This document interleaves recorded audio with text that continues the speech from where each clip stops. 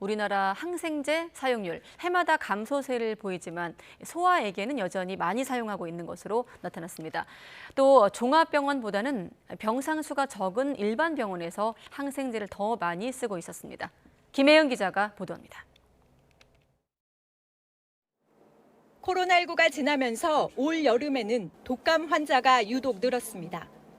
요즘 같은 환절기에는 독감이나 감기뿐 아니라 중이염도 많이 발생할 수 있습니다. 이렇게 감기 증상으로 아플 때 대표적으로 찾는 약이 바로 항생제입니다.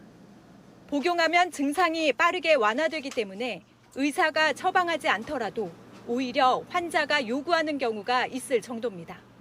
세균 감염이 아닌 경우는 항생제 처방 없이 진통소염제 또는 그냥 이렇게 자기 면역력으로 이겨내는 것을 권유받는 경우도 많거든요. 하지만 너무 본인이 힘드니까 빨리 낫게 해주세요.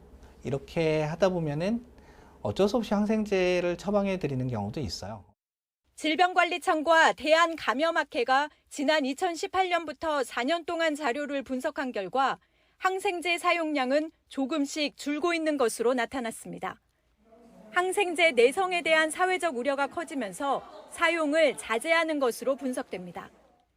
하지만 15세 미만 소아청소년에게는 여전히 성인보다 2배 가까이 많은 항생제를 쓰는 것으로 나타났습니다.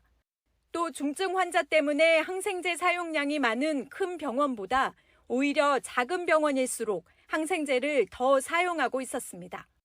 100병상 정도의 좀 작은 규모의 병원에서의 항생제 사용량이 오히려 더 높은 걸로 나타나고 있어요. 항생제 사용률을 좀 줄일 여지가 작은 규모의 병원에 더 있을 수 있다, 이런 걸 보여주는 결과 같습니다. 질병청은 이번 조사는 단순히 항생제 사용량만 살펴본 것으로 환자에게 적절히 쓰였는지는 보다 자세히 들여다보겠다고 밝혔습니다. YTN 김혜은입니다.